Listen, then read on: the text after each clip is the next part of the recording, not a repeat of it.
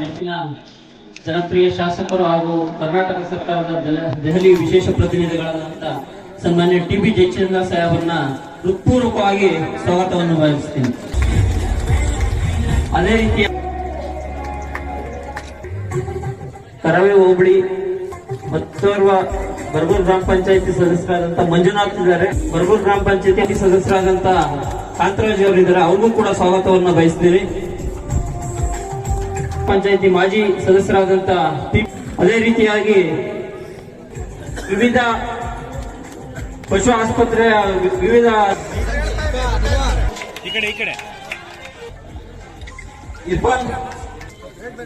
ಇರ್ಫಾನ್ ಹನುಮಂತ ಮೂರನೇ ಬಹುಮಾನ. ಈಗ ಎರಡನೇ ಬಹುಮಾನ ತಿಪ್ಪೇಸ್ವಾಮಿ ಅಚ್ಚಣ್ಣ ಕದ್ರೆಹಳ್ಳಿ, ಇವರು ಎರಡನೇ ಬಹುಮಾನ. ಒಂದೇ ಹೆಮ್ಮೆ ಅಂತ ಹೇಳಿದ್ರೆ, ನಾನು ರಾಜಕಾರಣದಲ್ಲಿ ಬಹಳ ವರ್ಷದಿಂದ ಇದ್ದು ಕೂಡ ಅನೇಕ ಇಲಾಖೆಗಳನ್ನು ನಾನು ನೋಡಿದ್ದೇನೆ. ನಾನು ರಾಜಕಾರಣದಲ್ಲಿ ಬಹಳ ವರ್ಷದಿಂದ ಇದ್ದು ಕೂಡ ಅನೇಕ ಇಲಾಖೆಗಳನ್ನು ನಾನು ನೋಡಿದ್ದೇನೆ. ಅನೇಕ ಇಲಾಖೆಗಳು ನೋಡೋದಕ್ಕೆ ಈ ಇಲಾಖೆಯಲ್ಲಿ ಪಶುಸಂಗೋಪನಾ ಇಲಾಖೆಗೆ 2 ವರ್ಷ ಮಂತ್ರಿಯಾಗಿದ್ದೆ. ಇದರಲ್ಲಿ ಸಿಕ್ಕಿದಂತ ಸಂತೋಷ, ಒಂದು ಖುಷಿ ಇನ್ನು ಯಾವ ಇಲಾಖೆಗಳು ಕೂಡ ಸಿಗ್ತಾ ಇದೆ. ಕಾರಣ ಏನಂತ ಹೇಳಿದ್ರೆ, ನಾನು ಪಶುಸಂಗೋಪನಾ ಇಲಾಖೆ ಮಂತ್ರಿ ಆದಮೇಲೆ ನಾನು ಗ್ರಾಮೀಣ ಪ್ರದೇಶದ ಜನರ ಒಡನಾಟ ಜಾಸ್ತಿ ಇತ್ತು. ಹಾಗಾಗಿ ಅನೇಕ ಯೋಜನೆಗಳನ್ನು ತರುವಂತ ಪ್ರಯತ್ನವನ್ನು ಮಾಡಿದೆ.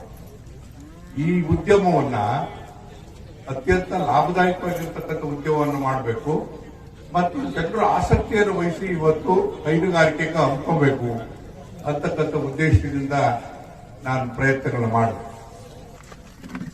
ಕೊಡಕ್ ಶುರು ಮಾಡಿದ್ರು. ಎಷ್ಟಾಯ್ತು ಅಂತಂದ್ರೆ, ಒಂದು ದಿನಕ್ಕೆ 75 ಲಕ್ಷ ಲೀಟರ್ 75 ಲಕ್ಷ ಲೀಟರ್ವರೆಗೂ ಬರೋದಕ್ಕೆ ಶುರು ಆಯ್ತು.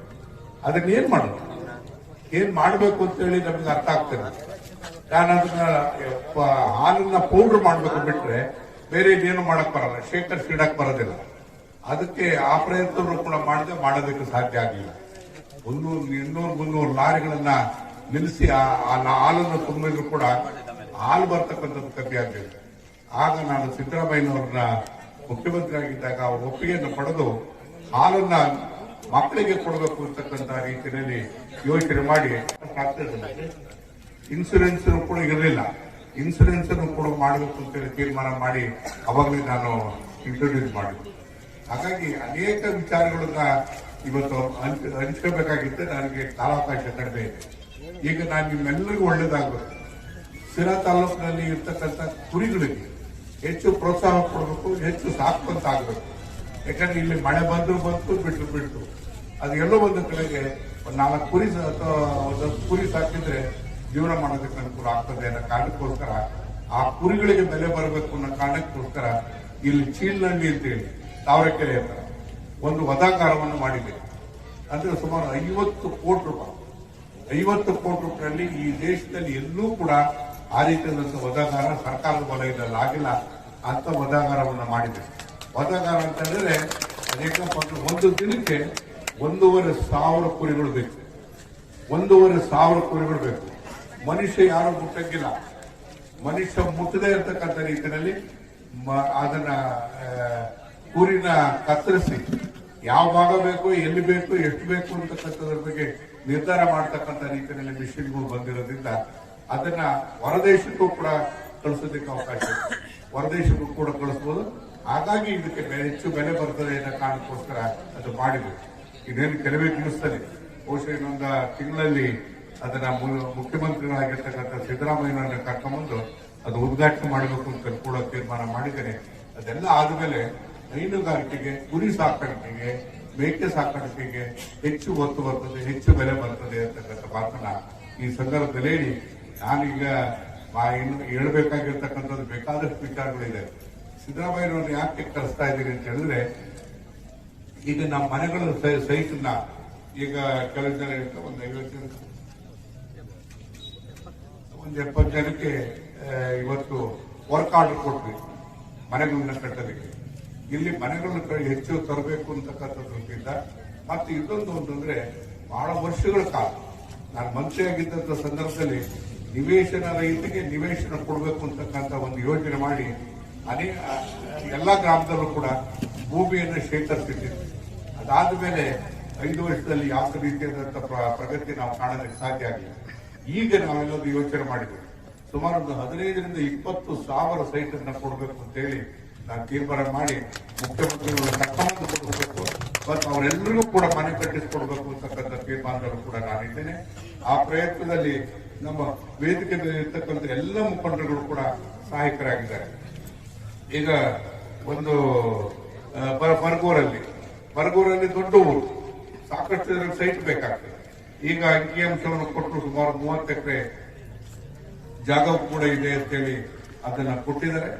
ಹತ್ತಿರನೋ ಅಥವಾ ದೂರನೋ ಎಲ್ಲೋ ಒಂದು ಕಡೆ ಸೈಟ್ ಅನ್ನ ಕೊಡುವಂತ ಕೆಲಸವನ್ನು ಮಾಡ್ತೀನಿ.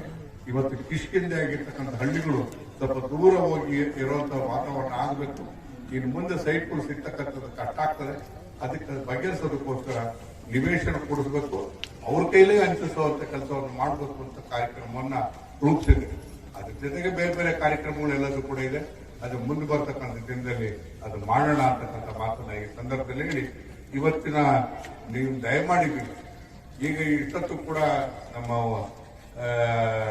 ರೆಡ್ಡಿಯವರು ಹೇಳಿದ್ರು ಎಲ್ಲ ವಿಚಾರಗಳನ್ನ, ಏನೇನ ಮಾಡಬೇಕು, ಬಡ ರಾಸುಗಳು ಬಂದಂತ ಸಂದರ್ಭದಲ್ಲಿ ಏನೇನ ಮಾಡಬೇಕು ಅಂತಕ್ಕಂಥದ್ರ ಬಗ್ಗೆ ಹೇಳಿದ್ರು. ಅದ್ರ ಬಗ್ಗೆ ಇಲ್ಲಿ ಹಾಸ್ಪಿಟಲ್ ಅಲ್ಲಿ ಹೋಗಿ ನೀವು ಅವ್ರ ಹತ್ರ ತಿಳ್ಕೊಳ್ಳೋಂತ ಕೆಲಸ ಮಾಡಿ. ಅಸಿಸ್ಟೆಂಟ್ ಡೈರೆಕ್ಟರ್ ಇರ್ತಾರೆ, ಎಲ್ಲದೂ ಕೂಡ ನಾನು ಯಾತಕ್ಕೋಸ್ಕರ ಮಾಡಿರೋದು, ಮತ್ತು ಈ ರಕ್ತ ಪರೀಕ್ಷೆ ಮಾಡೋದಕ್ಕೆ ಎಲ್ಲೋ ಹೋಗ್ಬೇಕಾಗಿತ್ತು, ಈಗ ಸಿರದಲ್ಲೇ ಮಾಡೋದಕ್ಕೆ ಅವಕಾಶವನ್ನು ಮಾಡಿದ್ರು. ಮತ್ತು ತುಮಕೂರಿನಲ್ಲೂ ಕೂಡ ಸೌಲಭ್ಯಗಳನ್ನ ಕೂಡ ಮಾಡಿದ್ರು. ಆ ರೀತಿಯಾಗಿ ನೀವು ಎಲ್ಲಿಂದ ಎಲ್ಲಿ ಹೋಗ್ಬೇಕಾಗಿಲ್ಲ, ನಿಮ್ಗೆ ಎಲ್ಲ ರೀತಿಯಾದಂತಹ ಮಾಹಿತಿ ಸಿಗ್ತಕ್ಕಂಥ ರೀತಿಯಲ್ಲಿ ನಿಮ್ಮ ಕಣ್ಣೆದುರಿಗೆ ಸಿಗ್ತಕ್ಕಂಥ ರೀತಿಯಲ್ಲಿ ವಾತಾವರಣವನ್ನ ಸೃಷ್ಟಿ ಮಾಡಿದರು. ಅದನ್ನೆಲ್ಲದೂ ಕೂಡ ಪ್ರಯೋಜನ ಪಡ್ಕೊಂಡು ನೀವು ಅದನ್ನ ಹೈನುಗಾರಿಕೆಗೆ ಹೆಚ್ಚು ಒತ್ತನ್ನು ಕೊಟ್ಟಾಗ ನಿಮ್ಮ ಬದುಕು ಬಂಗಾರ ಆಗ್ತದೆ ಅಂತಕ್ಕಂಥ ಭಾವನೆ ನಂದು ಅಂತಕ್ಕಂಥ ಮಾತನ್ನು ಹೇಳಿ ಈ ಕಾರ್ಯಕ್ರಮವನ್ನ ಇವತ್ತು ತಡವಾಗಿ ಬಂದಿದ್ದೀನಿ, ಕ್ಷಮಿಸಬೇಕು ಅಂತ ಹೇಳಿ ಮತ್ತೊಮ್ಮೆ ಕೇಳಿ ನಾನು ಮಾತನ್ನು ಮುಗಿಸ್ತೇನೆ.